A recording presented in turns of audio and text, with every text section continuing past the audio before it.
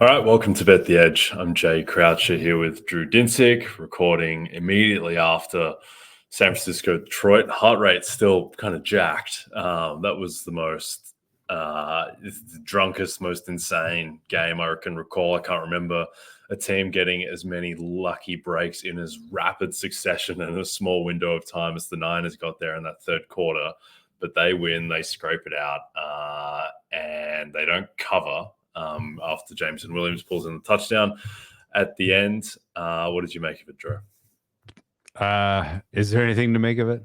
Man, this is tough. I was so over the Niners at halftime, I can barely even believe it. It was such a phenomenally unimpressive first half from them in every phase of the game that the fact that they rallied to victory should feel powerful, should feel emotionally fulfilling. But the backdoor cover by the Lions took a lot of that away. Why the Lions played the final moments the way that they did, considering they needed 2 scores, is also a weird question.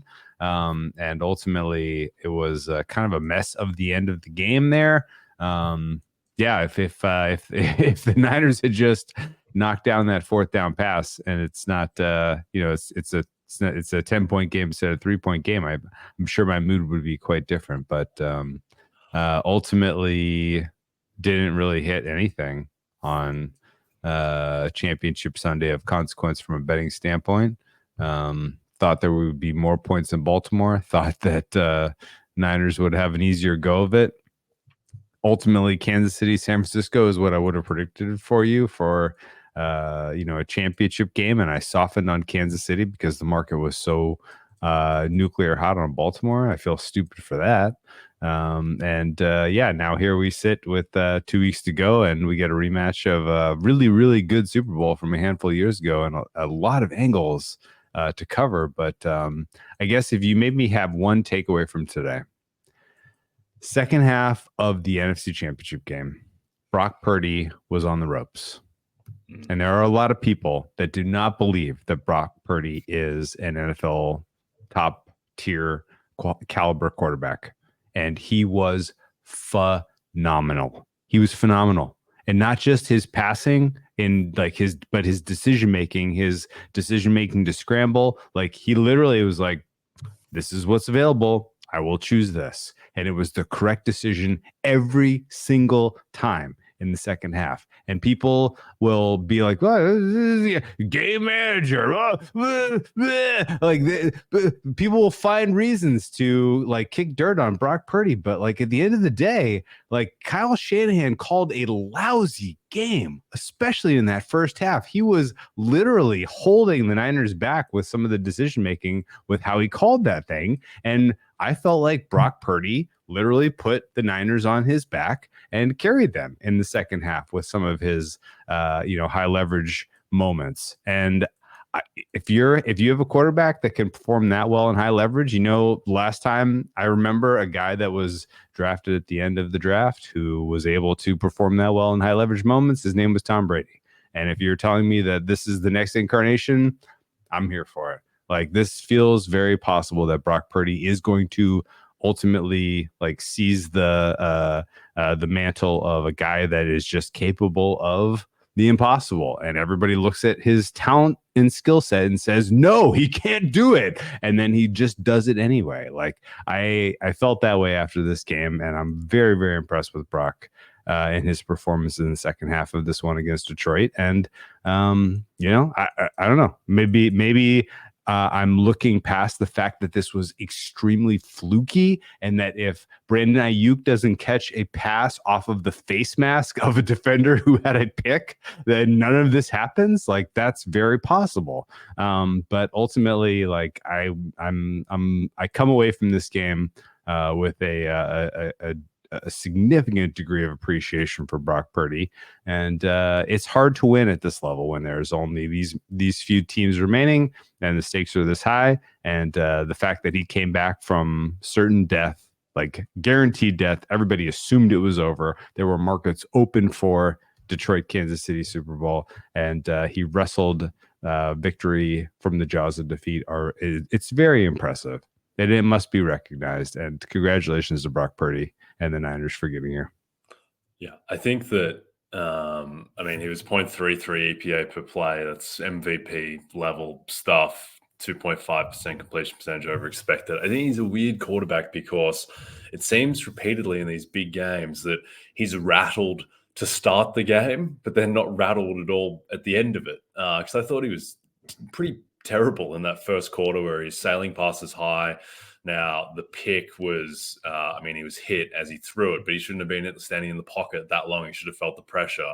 And the only real bad play that he had in that second half was taking that sack that got them into 2nd and 17, where they had to kick the field goal. But yeah, between the scrambling, between getting the ball out on time, making all his reads, he was, I think, overall pretty impressive. My biggest takeaway from the day, though, is just how insanely bad the Niners defense looked really the whole game. God. I mean, you look at the players on the defense and it's loaded with stars. These guys, the names on the like Nick Bosa, Eric Armstead, Fred Warner, Dre Greenlaw, Travarius Ward. Like, how is this defense so bad where 2 weeks in a row, I mean, the Packers moved the ball at will and they lost because they scored 3 points on 3 red zone trips.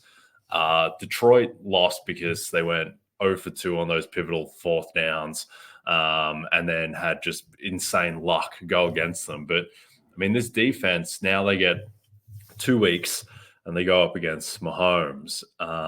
Do you think that this defense is fixable? Because quietly it wasn't great in the back half of the season either, but it feels like there should be the personnel there. And Steve Wilkes, much maligned, probably fairly so. Now, he did have an excellent 4th down disguise, which may have won them the game, really, by having Dre Greenlaw line up in a way where it looked like it was man coverage, and then he drops and it's actually zone coverage. Then Goff freaks out and has nothing to do, and they get the stop. But it just felt like they had zero answer whatsoever.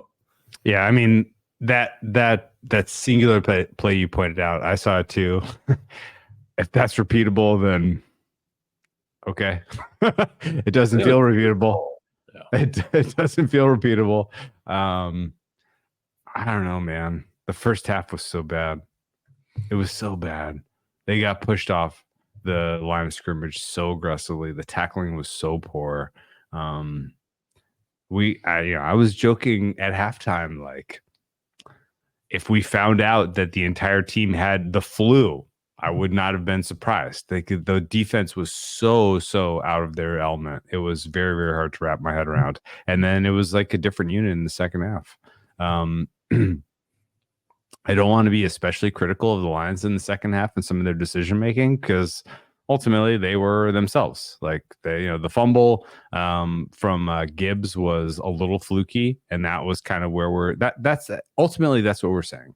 Like, the touchdown that preceded it had the specific play that was fluky, which was a Brock Purdy pass, for 51 yards that was ultimately should have probably been an interception, but ended up as a completion. And then they followed that up with a strip and recovery that was fluky. And those two plays swung this game into their favor. And as the home team, they seized on the momentum, and the rest is history. The defense was unable to generate consistent pressure with their front four. The defense was unable to, kind of meet the challenge of the rushing attack of the Lions throughout the game. Even beyond the, kind of turning of the tide, they were still, Lions marched on them. So I have a very tough time thinking that the Niners defense all of a sudden in 2 weeks, like, flips a switch and they're dynamic and they're stopping Pat Mahomes and company. Like, this is a very, very tough unit to buy into right now. That said, the offense is amazing, and I think they match up well against the Kansas City Chiefs. And so it kind of does come down to game state, some fluky stuff, and honestly, the Super Bowl is probably a coin flip. Yeah, the line's already, I mean, it opened at 2.5, backed Niners. Now it's already trending down towards 1.5 some spots. And like the next 2 weeks, if you ask just people in the general public, football fans, I guarantee that 95% of people are going to say that the Chiefs are going to win the Super Bowl after what they saw the past 2 weeks, really. And like, I get it because Mahomes is better than Purdy and they had a more impressive victory going on the road to Baltimore as opposed to having to come back from 17 points when you're effectively a 7.5 point favorite at home against Detroit. But like, this Niners team is still insanely good. The offense, for all the sins of the defense, I mean, the offense was lights out as it always is, just about. And I think that with a lot of just kind of one's perception of an NFL defense, it just depends on how effective the pass rush is at getting home and how much that not working exposes your secondary. And I think that is something where all of a sudden the Niners, who looked horrific today, now they're going to go up against the Kansas City offensive line, just which isn't as good as Detroit's. It's not like it's a glaring weakness, but apparently Joe Thuney's not like he's in doubt to play in the Super Bowl. So I mean, and the tackles aren't great to begin with, and now they lose a key guy on their interior. And I just think that Bosa, Armstead, Chase Young, those guys are going to look better against the Chiefs' offensive line. The Chiefs aren't going to get that kind of push in the run game the way that Detroit did today, and that has so many ripple effects onto the back end. Also think that the Lions will have the Niners will have some answers for Kelsey just in terms of these linebackers against Kelsey. I don't think that's going to be a spot that gets picked at in a way that, I mean, surprisingly, he was incredible against Baltimore. But yeah, I just wouldn't, like, I think people are going to be talking about this as though the Chiefs should be 6-point favorites. And like, there's a reason, like there was a reason the Niners were 6.5-point favorites home to Baltimore a couple of weeks ago. And also, the other thing too is that like everyone is going to come out of that Ravens Chiefs game glorifying Mahomes as they should. He was excellent, but I mean I think there was an 8-drive stretch for the Chiefs where they got 7 first downs. Like they couldn't do anything in the second half on offense, and I think that doesn't bode particularly well for the idea that this Chiefs offense in the playoffs is just an absolute juggernaut because they look that way against the Dolphins defense that had no pass rushers, against the Bills defense that was missing half of its personnel. And then they were excellent against the Ravens for a half and then did nothing for a half effectively until MVS makes that catch at the end. But let's shift quickly to Chiefs Ravens. Anything you wanted to add on that one before we talk about the Super Bowl line? No, I think you nailed it. Chiefs were extremely lucky to win. I mean, Mahomes made some phenomenal plays, and he's Mahomes. You count on that at this point in his career. And the Ravens could not answer. I guess, like, ultimately, the fact that if there was one broad injustice of championship weekend in the NFL, it's that the Ravens didn't score in the second half. Like, that team was dynamic. They were moving the ball pretty aggressively on the Chiefs. They had multiple opportunities to punch it in. Obviously, the Zay Flowers fumble into the end zone was like kind of the key play of the game in hindsight. But the Lamar Jackson interception in the end zone as he was targeting a triple covered likely was a little bit of a head scratcher. And ultimately, the Ravens, I feel like, had the juice to get themselves back in, just didn't work out. So, people may take away from that more about the Chiefs than they ought to. And that would present some value on the Niners, I suppose. But the disparity between quarterbacks in the Super Bowl is going to be tough to square. Yeah, it will be. And out of that game, my other big takeaway was that everyone is focusing on the fact that the Ravens, who had the best rushing offense in the NFL all season statistically, and they go up against the Chiefs' run defense, which actually statistically is worse than San Francisco's. And the Ravens running backs only get 6 combined carries the entire game. My bigger takeaway is that the fact that the Chiefs ran the ball 32 times and averaged 2.8 yards per carry, like for all the questioning of Shanahan's play calling out of this game, like I don't think Andy Reid and the offense really covered themselves in glory in that second half, where they were just content to run out the clock. And yes, they got the win, but I mean, if Zay Flowers doesn't probably if he doesn't have two brain fades between the taunting, which was glaringly obvious, and then the fumble, which was a horrific play to expose yourself to that when you don't need the touchdown on that play. I mean, if that's a touchdown instead, then and Lamar doesn't force the pick, which he probably doesn't if they don't need it, and then all of a sudden, like you're looking at a Ravens, they might have just won the game if not for that Zay Flowers play. So a bit of a disaster all around. But the Chiefs offense, I mean, I came out of that game thinking that Mahomes is exactly, what everyone thinks he is, what we all think he is, but that offense isn't entirely fixed. No, without question, it's not fixed. It cannot be assumed that it is fixed, and especially from that performance. Like, they had one good quarter. Where they moved the ball well against that Ravens defense, and then the rest of it felt very laborious.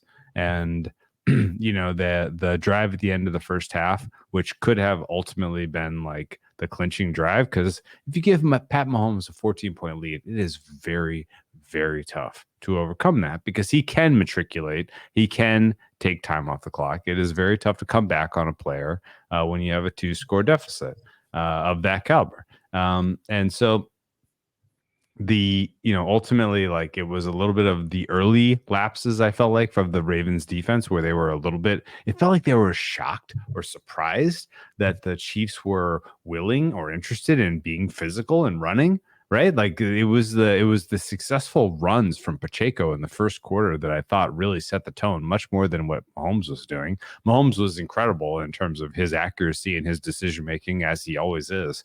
I think if the Ravens had a do-over, they would definitely play more like we saw in quarters 2 through 4 defensively. The turnovers, and particularly in the red zone, were unbelievable. And like, when you say it out loud, the Ravens were relying on a rookie wide receiver to be their specific differentiator in a game of the magnitude of the AFC Championship game.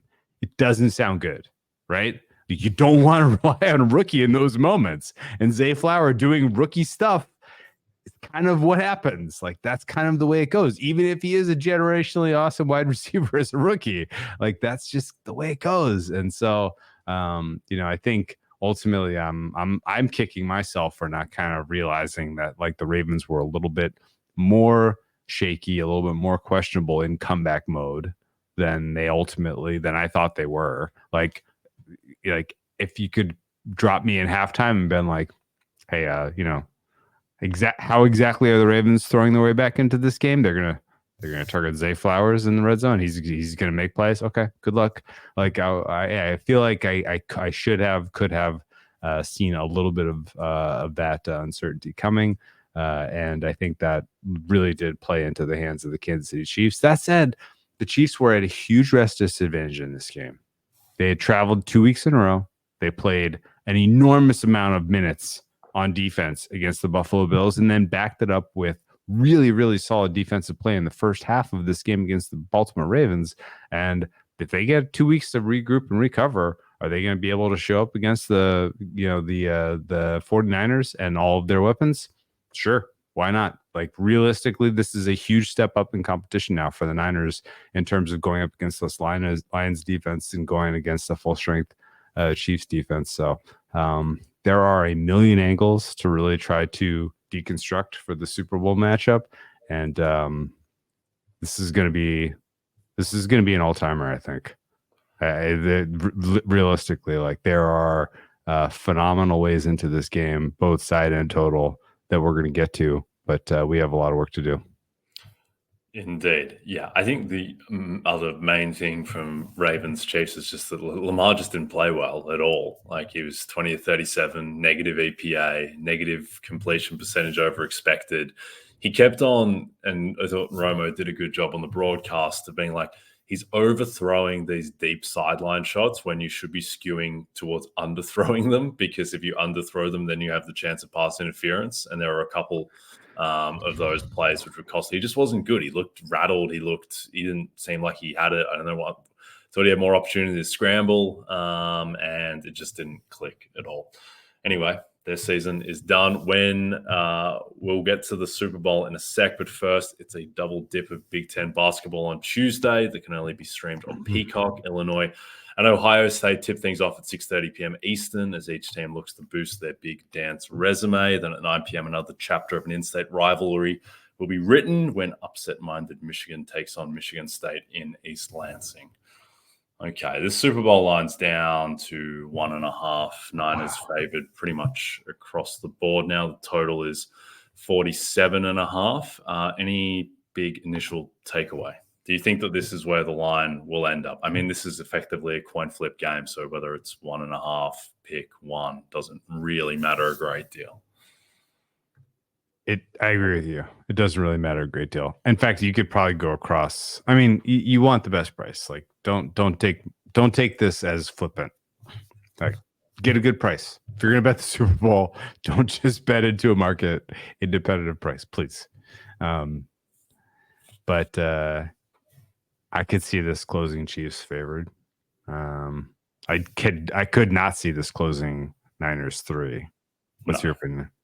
Yeah, it's not going to be Niners 3. I think that typically the early steam on the Super Bowl line generally turns out to be prescient. Think back to Rams Pats, which I think opened at Rams favorite and then flipped to Pats -2 in like 30 minutes and then just stayed there. I can't remember if it was 2 or 2.5 Pats, but just stayed there until the day of the Super Bowl. Like basically did not move after the first 30 minutes or so. So I suspect, whether it's 1.5, 1 pick, I think that this is what the line is very likely going to be. Probably Niners favored and certainly less than a field goal. I think in terms of injury stuff, probably not a great deal on the Niners side. And then a little bit more concern on the Chiefs side. But for the most part, I mean, these are two pretty known commodities. And I think that people are going to focus a lot on how good the Chiefs defense was against Baltimore.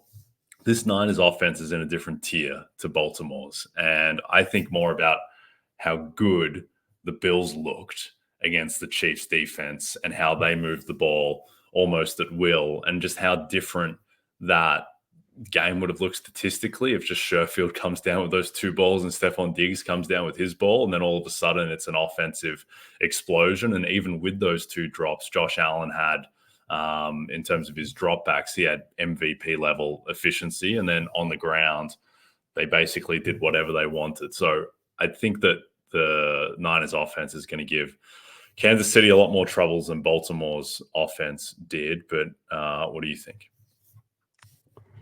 It's interesting points you're making. You're coming at this from a totally different angle than I was going to, which is already making me interested. Like I think we got a good Super Bowl, is what it comes down to. There's a lot of ways to pick this apart. My initial reaction in terms of looking at these teams' strengths and this is colored by seeing what we just saw. I also hearkened to Rams Patriots because you had a huge disparity in that game between experience between the quarterbacks, and you know, hey Belichick and with your defensive weapons, I dare you to shut down the unstoppable Rams offense. Well, yeah, they shut them down well. Like, it was actually not hard.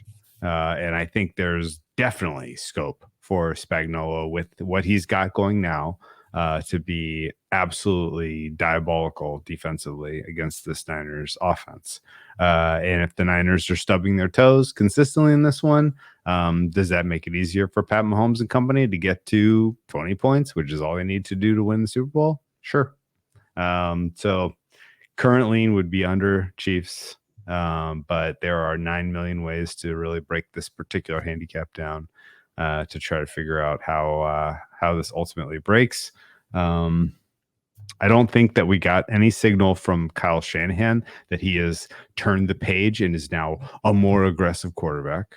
I mean, excuse me, a more aggressive coach in terms of in-game decision making. Like, he still made some decisions in the game against the Lions that I was like, all right, man, like, you're coaching a different game than the one I'm watching. So I think there's definitely a possibility that he is a little bit still tax into his, less plus EV tendencies when it comes to in-game calls. And that might be the difference. But, Kelsey is obviously a different player now than he was during the majority of the regular season. Mahomes has a different level in playoff and Super Bowl contention than he does in the regular season. And so I think you have to look hard at how you are pricing the Chiefs, particularly their offense, as you come up with a fare for this game. And I think, ultimately, again, price is everything. And if we get the sense that this is going to flip to Chiefs as favorites, I'll probably just going to lock in Chiefs plus money and then enjoy the 2-week run up, because ultimately, like, there's not enough uncertainty in this game to say that there's like a huge betting angle, I don't think. Yeah, I mean, that's the thing, is that certainly in terms of the line and total, this is just about the most liquid event in the world. So as we get, and also it's another event too where, like, limits are big from the start, like Super Bowl. It's not like we need to wait until Thursday for the market to really find efficiency through liquidity.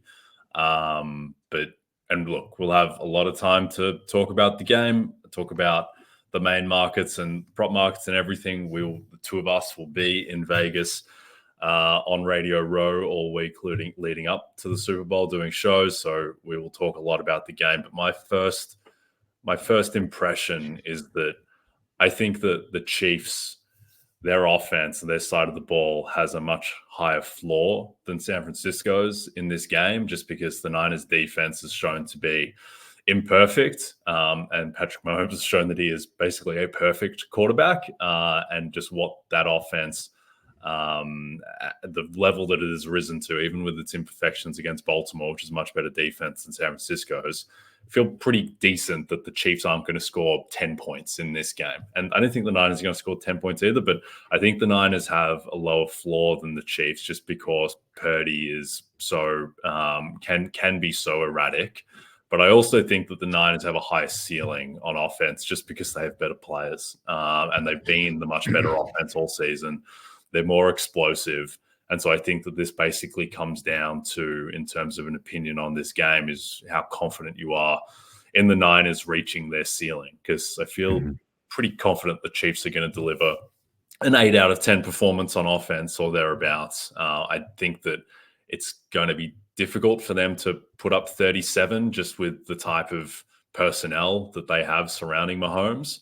But I feel like you can just pencil in Mahomes in this game for like 0.25, 0.24 EPA, something like that. Sure. And Purdy, who was, I think, 0.33 during the season or thereabouts, like they had the best offense in football. If they play like the best offense in football, they'll probably win this game. But that, to me, is the turning point, is just how explosive is this Niners offense going to be, and what version of Purdy do we get? So I got to ask you then, this begs the question.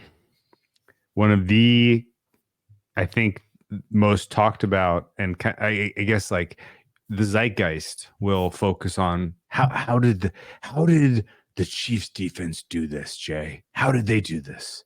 Like, they shut down the MVP in Lamar Jackson, right? Like, some people will default to the lowest common denominator take, which is wrong, and blame Lamar Jackson, right? But other people will be like, look, the coverage was superlative. Like, how many dropbacks did Lamar Jackson have? No options, because everything was very well covered. I think most dropbacks in that game. And if the Chiefs coverage is that good against the Niners, their weapons in the offensive skill position game, then this really does come down to, what does Christian McCaffrey do on the ground? We have evidence that Kyle Shanahan, right or wrong, probably wrong, wanted to test the Lions on the ground early in this game and see if he could break them with just a straightforward rushing attack. That same sort of philosophy probably would work against the Chiefs. So I'm kind of starting to get around to this idea of like, I don't know that the passing attack for the Niners is going to be broadly successful. I think the rushing attack for the Niners is going to have themselves a day. And if that's what they tack into to start the game, then you're probably talking about Niners generating an early lead. And then this game turns into a lot of what we saw last year, where the shoe is on Pat Mahomes to come back in the second half. And against this Niners defense, is he capable of doing that? Absolutely. Like, no question, yes. Like, this Niners defense is not good enough to put Mahomes in a bottle. So I think we're in for a pretty competitive and a very compelling Super Bowl, and I'm pretty excited about it. Yeah, to me, one big thing is just like the Nick Bosa and Chase Young and co. They're not going to have to go up against Taylor Decker and Penei Sewell. They're going to be going up against the kind of fading Donovan Smith and Juwan Taylor, and I think that is just going to make the Niners defense look a lot better. Also, the Chiefs, they averaged 4.4 yards per play against the Ravens. The Ravens averaged 5.9 yards per play. Like, the Chiefs weren't able to move the ball outside of that stretch. And I also think that, yes, their coverage was great against Baltimore. I think it's probably inarguable that the Niners' 4 best skill possession weapons are better than any of Baltimore's. And also, you could argue as well that the Niners' 4 best skill position players are better than anyone on Buffalo as well, with how Stephon Diggs has fallen off. And so I think this is it is a new level of test. And I still just can't shake that, like, the Chiefs got like eviscerated at home in a game they were trying to win against the Raiders, like, not that long ago. I just don't think this offense is this lights out explosive unit. And today somewhat reinforce that. But Mahomes is terrifying, and he's the best quarterback, I think, probably ever. And Brock Purdy has some serious question marks, and that'll be everyone's pushback, and that'll be the guiding kind of principle in all the discourse, is that I'm going to take Patrick Mahomes against Brock Purdy. And I can't necessarily talk people out of that. I just don't think it's going to be. I think the Niners are going to look better than they looked against Detroit. I think that the Chiefs didn't actually look that great against Baltimore, whereas I think people might kind of convince themselves that they did. I agree with that 100%. So then, as you look at this market right now, back against the wall, will we see Niners plus money? I don't think so. I think there is a good chance this just ends up at pick, which is basically what the Super Bowl last year was, really, where that was bouncing around one pick. And I think this is going to be the same thing, where I don't think the Niners are going to be dogs, but I could see it getting to pick. Okay. And total, if you want the over, wait for 47, or do you think this stays at 47.5 and or goes up? I think there's some scope for it to go over. I would bet on it going towards 48 before I bet on it going towards 47. I think that the dome is obviously significant most of all for Purdy, given that he is the quarterback who's much more likely to be influenced by the elements. So yeah, I thought when it opened, I thought that was a touch low. What do you think? I think it's low. Yeah. It is worth noting that Mahomes he's played 3 times so far in this stadium. And Purdy has yet to kind of make himself familiar. He played in the last year, right? At the end of the season, they played the Raiders. Had a lot of money. That's right. Jared did them almost burning alive. That's great memory. Great memory. Very shaky in that game, but yes, he's a new man, kind of. One at least having one is better than having 0. That's all I was getting at. So yeah, no, there's scope, I think, for both of these quarterbacks to have themselves some success. And I don't know. I was asking you that because I'm looking at 47.5, which is juicy to the under. And I was like, ooh, wait, are we going to get an over 47 shot here? Because I kind of do feel like your points are broadly correct and fair. Where the skill position group for the 49ers across the board is better at 1, 2, 3, and 4 relative to the Niners. And so, yes, congratulations for the Chiefs looking amazing against the Ravens on the road. But now let's go neutral and defend Ayuk and Samuel and Kittle and company. So it's a very tough ask. Yeah, my big concern with San Francisco would just be that with how bad Purdy looked against a quote unquote confusing defense in Baltimore and what they schemed up, and now you get Spagnuolo and his exotic blitzes. I feel better about Purdy, and admittedly he played very poorly against Cleveland, but it was in the rain and he was missing a lot of guys. I would feel better about Purdy in a defense like Jim Schwartz's, which basically just like, here, we're going to do the same thing every play. It's just we're really good at it. But just the confusion element with Purdy, I think, can possibly shake him, which makes me a bit nervous as someone who is on the Niners in the futures market. Last thing before we move to Jannik Sinner, just looking at these Super Bowl MVP prices, we'll talk about this throughout the week, but I don't think Deebo Samuel can be 55 to 1 to win Super Bowl MVP. That is a really big price for a guy who might be like on talent, like the 5th best wide receiver in football or something. And also I like him too because of at least some rushing scope, at least differentiates himself from Purdy's stats in that he can accumulate with that equity also going to Purdy at the same time. So that would be my first look in that market. Like Deebo can't be 55 to 1. Anyway, we'll talk about that through the week. All right, stream back-to-back Big Ten basketball games on Wednesday night. Indiana starts the party at 6:30 Eastern when the Lady Hoosiers take on Maryland in College Park. Then in the nightcap, Caitlin Clark and Iowa hit the road for a date with Northwestern at 8 p.m. Watch both conference showdowns exclusively on Peacock. All right. Wrapping up the Australian Open, clutch performance from Jannik Sinner. He put his big boy pants on, and really for me, was watching this very early with my 1.5-year-old daughter. We didn't have a great deal of interest in the match, to be fair, but to me, the whole match was just that he gets those break points in the 3rd and 4th sets. And he just plays them well, and that's it. And I think back to the quarterfinal in the US Open against Alcaraz a while back at this point, where those points he just didn't win, and he was tight.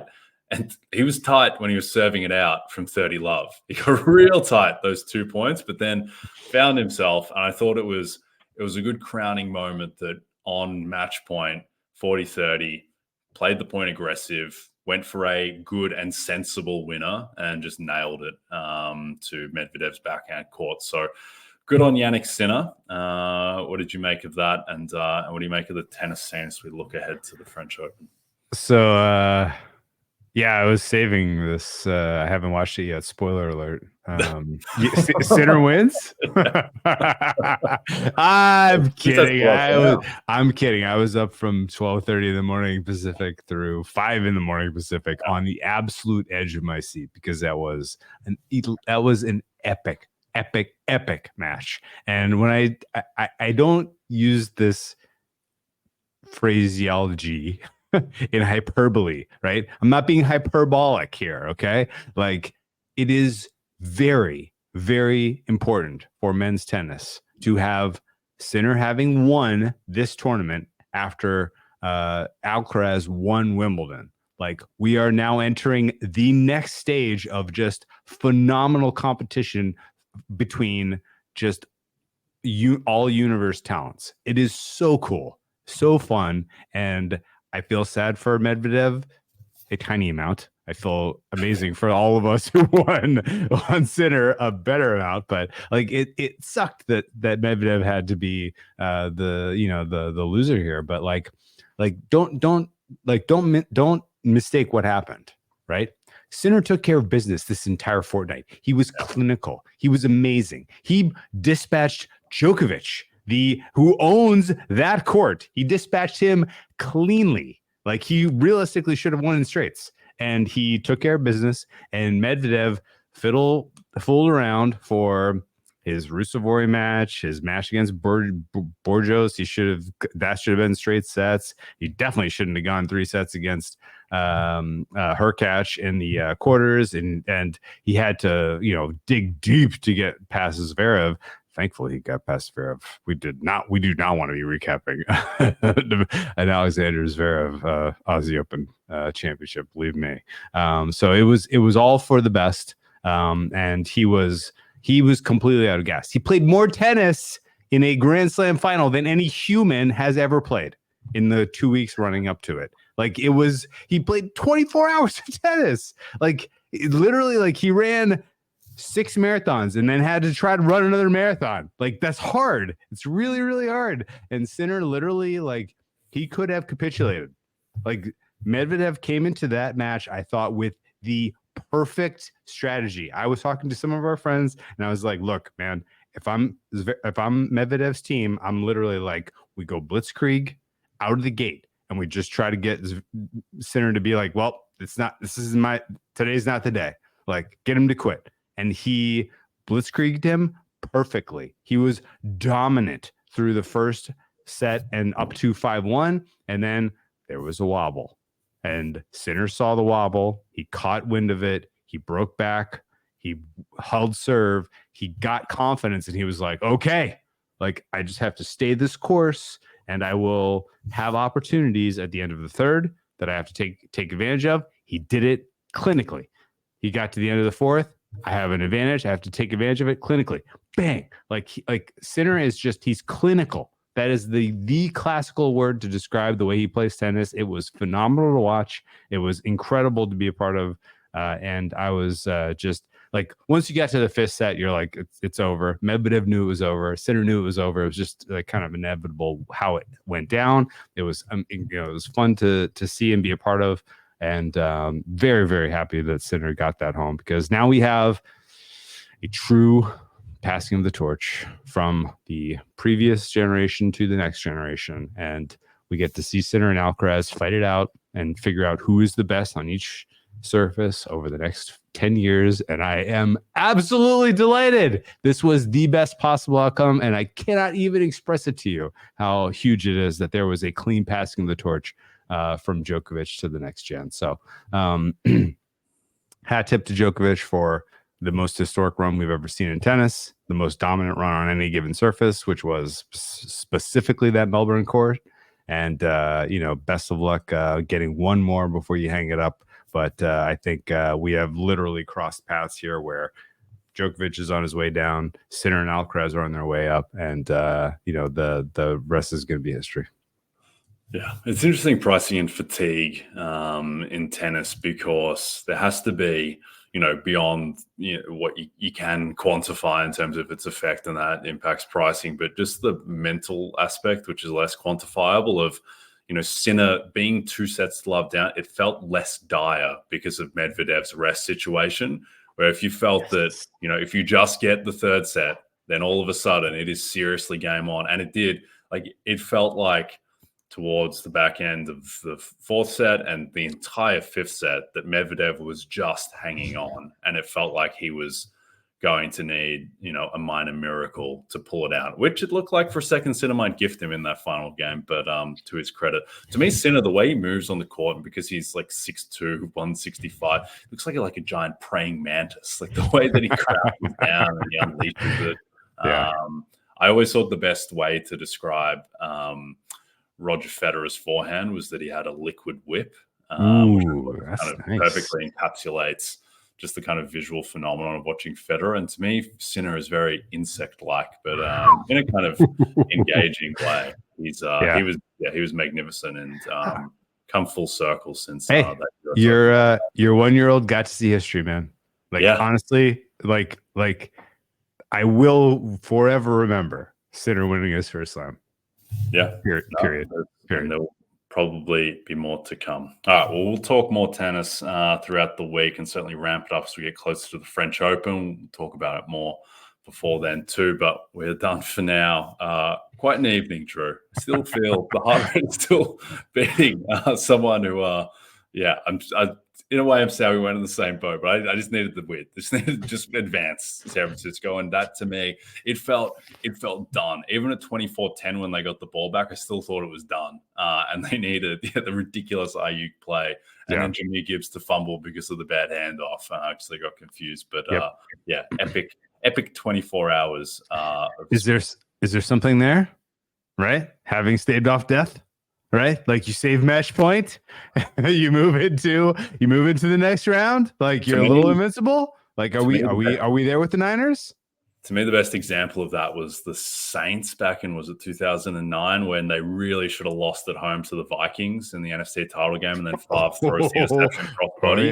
Then everyone's like, oh, the Saints team isn't that good. Oh, Peyton Manning comes in. Peyton Manning, the Colts like 5.5-point favorites in that Super Bowl. And Manning was 6. Manning was coming off just completely destroying the Jets in like his masterpiece, where I want to say the Colts were down like 17-6 to the Jets in the AFC title game, the Rex Ryan, Mark Sanchez Jets, and then Manning just eviscerated them. And then it was 2 weeks of just this glorification of Peyton Manning. And then the Saints, they get them in the Super Bowl. And look, I think, frankly, it's weird to say this, but I think Mahomes is at a different level to Peyton Manning, frankly. He's no Peyton Manning. But I think it's going to be a similar dynamic, though. To be fair, I took that same Saints feeling of having saved match point and then going on to win into the 2011 grand final, where my beloved Collingwood Magpies were down 17 points at three-quarter time against Hawthorn, came back, win the prelim, and then lost in the grand final in agonizing fashion. But it doesn't always work out that way. Hopefully, for me at least, it does this time, and the Niners can pull it off. So you never go into Mahomes matchup with any semblance of confidence. You just hope that the breaks and the bounces go your way. No, he does, and he doesn't have like a broadly injured offensive line this time, which is the only Super Bowl we've seen him lose. And by the way, credit to you. You're correct. The Colts closed 4.5-point favorites, and you were also correct. The Colts were down 17-6 before coming back and winning 30-17 against the Jets in the NFC Championship game. There you go. All right. Come on, Brock. Just give us one. Give us one MVP award for the season. All right. Don't forget to check out NBCSports.com for more information to help you with your wagers. Thanks to those of you watching on the NBC Sports YouTube channel. If you're listening to us in podcast form, don't forget to rate and subscribe. And also a reminder to find all your favorite NBC Sports shows on Amazon Music. Just head to amazon.com/NBC Sports. From Jay Croucher and Drew Dinsick, we'll see you tomorrow.